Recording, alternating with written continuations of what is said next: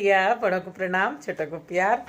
दोस्तों, मैं बुजुर्ग पे समर्पित कहानियाँ आप लोगों के समक्ष लेके आ रही हूँ और आज दूसरी कहानी आप लोगों के समक्ष रख रही हूँ, भूल। तो उसका पहला पार्ट में आप लोगों ने अब तक देखा कि चंदा जो है सो घर में सोई हुई है और शेखर जब ड्यूटी से आता है तो वो नहीं उठती है और माँ से पता चलता है कि शायद घर में कुछ खटपट हुई है। तो शेखर जो है सो चाय पी के वापस फिर अपने कमरे में आता है और चंदा से बात करना चाह रहा है। तो चंदा जो है सो वही बोलती है कि क्या मैं काम उम नहीं करती हूँ, ऐसा बात नहीं है, मैं काम करती हूँ।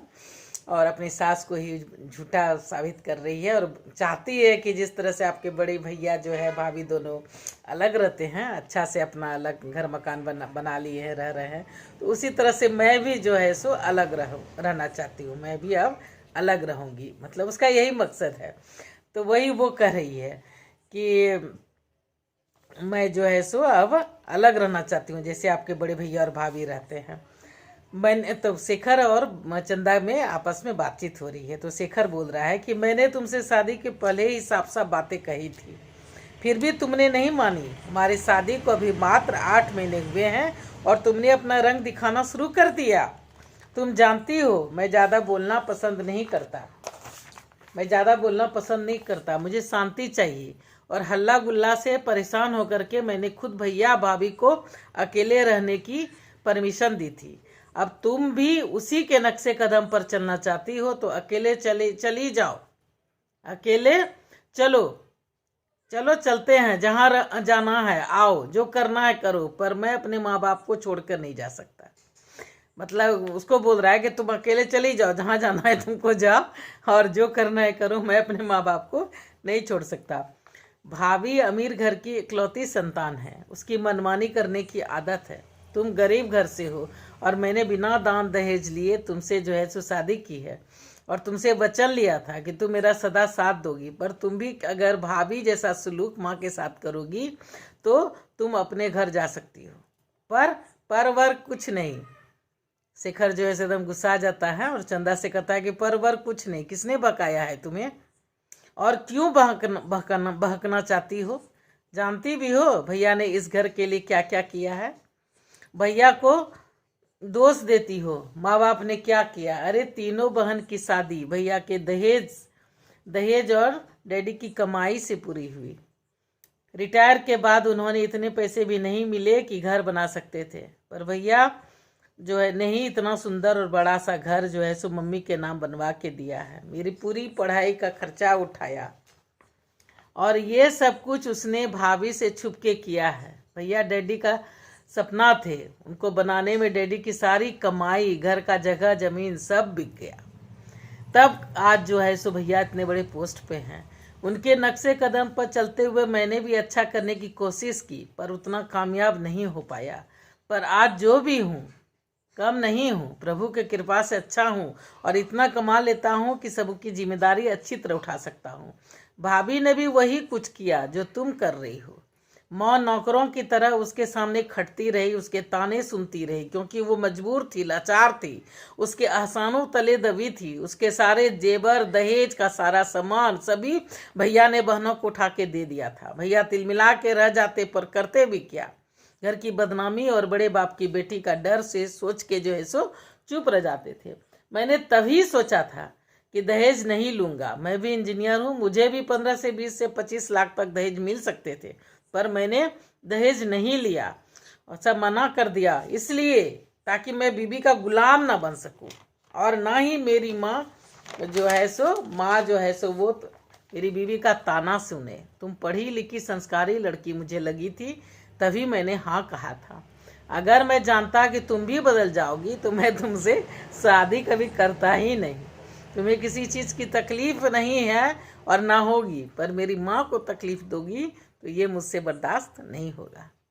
और जहाँ तक अलग रहने का सवाल है तो तुम क्या समझती हो, ऐसा करने से तुम्हें सुख मिल जाएगा, तुम बचत कर लोगी? अरे ऑफिस से नज़दीक घर लेने से जानती हो क्या होगा? वहाँ एक एक फ्लैट का भाड़ा 10,000 रुपया लगता है, बिजली पानी अलग, ऊपर से ऑफिस से नज़दीक होने के कारण कन्वीनियंस भी नहीं मिलेगा, यानी जो कन्वीनियंस मिल रहा है वो भी ख़त्म।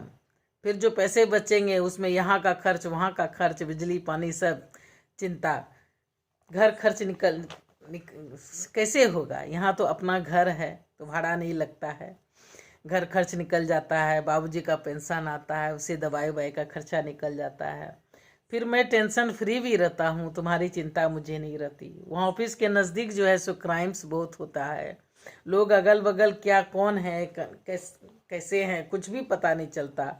तुम एडजस्ट कर सकोगी? कल बच्चे होंगे, 10 रंग की परेशानी होगी, क्या हैंडल कर सकोगी? फिर तुम ये क्यों नहीं सोचती कि जो आज बोओगी कल वही काटोगी? कल अगर तुम्हारे बच्चे ऐसा चाहेंगे तो तुम्हें क्या अच्छा लगेगा? क्या माँ बाप बच्चों को इसलिए बड़ा करते हैं, पढ़ाते हैं, लिखाते हैं कि वो बुढ़ापे मुझे बेसहारा छोड़ के चले जाए? बाबूजी अपना आधा से ज़्यादा पेंशन मुझे पढ़ाने में बेच चुके थे, तभी तो इतना कम पैसा पेंशन में मिलता है, वरना आज दिक्कत थोड़ी ही होता है। भैया और बाबूजी ने मिल के मुझे पढ़ाया, तो क्या मैं बबलू को नहीं पढ़ा सकता? क्या ये गलत है? तुम ही बताओ। चंदा फूट फूट के रो पड़ी। मुझे माफ़ कर दीजिए, मैं सहेलियों की बात में जो है सो आ गई थी। जाओ माँ से माफ़ी मांगो। जी। चंदा सुभद्रा के पैर छुके सिसक उठी। मुझे माफ़ कर दो मम्मी जी। कोई बात नहीं, सवेरे का भूला शाम को अगर वापस आ जाए तो उसे जो है सो भूला नहीं करते। तभी होटल से जो है सो खाना आ गया था, क्योंकि आज तो खाना पका नहीं था लड़ाई झगड़े में, और शेखर ने जो है सो ऑर्डर कर दिया था, तो होटल से खाना आ गया था। जी, खाना लाया हूँ होटल से। बबलू, मम्मी भाभी को आज होटल का खाना खाने का मन था, इसलिए आज ये नाटक हुआ। क्यों भाभी? सभी हंस पड़े। शेखर, तो ठीक है, सप्ताह में एक दिन चंदा को छुट्टी मिलेगी और उस दिन हम सभी होटल में जाके ही खाएंगे। क्यों, ठीक है ना? अरे भाई क्या गपशप चल रही है? अरे भैया आप आइए। हाँ, इधर साइड पे आया था, तब तक उसके जो बड़े भाई हैं जो कि अलग रहते हैं वो आ गए। हाँ, इधर साइड पे आया था, सोचा चल के माँ के हाथ का खाना खा लूँ। आज यहाँ भी होटल का ही खाना मिलेगा बेटा। तू कहे तो मैं कुछ बना दूँ? नहीं माँ, रहने दे, आज यही खा लूँगा, बस तू अपना हाथ लगा दे। संजय, सुभद्रा सिसक उठी। मेरे बच्चे। संजय को गले लगा लिया उसकी माँ ने। और कहो तुम दोनों कैसे हो? ठीक हूँ भैया, किसी चीज़ की ज़रूरत हो तो कहना। हाँ डैड, सुना था आप डॉक्टर मेहता के क्लिनिक गए थे। बड़ा वाला बेटा जो है उसको टाइम नहीं मिल पाता है, बहुत बड़ी पोस्ट पे है, फिर भी समय निकाल करके आता है, तो वो बोल रहा है कि जो है सो आप क्लिनिक गए थे। हाँ बेटा, वो पैर में ज़रा दर्द था। अब कैसा है? ठीक है, खाना खाने के बाद। ठीक है, मैं चलता हूँ, बाय भैया, बाय। चंदा कमरे में चुपचाप बैठी थी। सुना नहीं है क्या? शिखर आता है तो पूछता है। आज भैया के आंखों में आंसू देख के मैं सिहर उठी। मतलब जब आता था तो खुश होता था, जाता था तो रोने लगता था।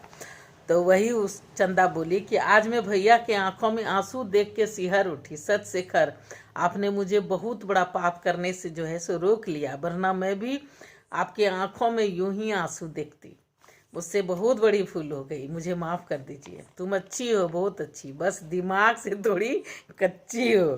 दोनों हंस पड़े। तो ये है छोटी सी भूल। तो अब देखिए आप लोगों को कैसा लगता है। तो मेरी जो है सो आज मैंने दूसरी कहानियाँ बुजुर्ग को समर्पित जो है सो आप लोगों के समक्ष रखा, और इसका शीर्षक है भूल। अब मैं अपनी वाणी को यहीं पे विराम देना चाहती हूँ। जय भोलेनाथ, हर हर महादेव।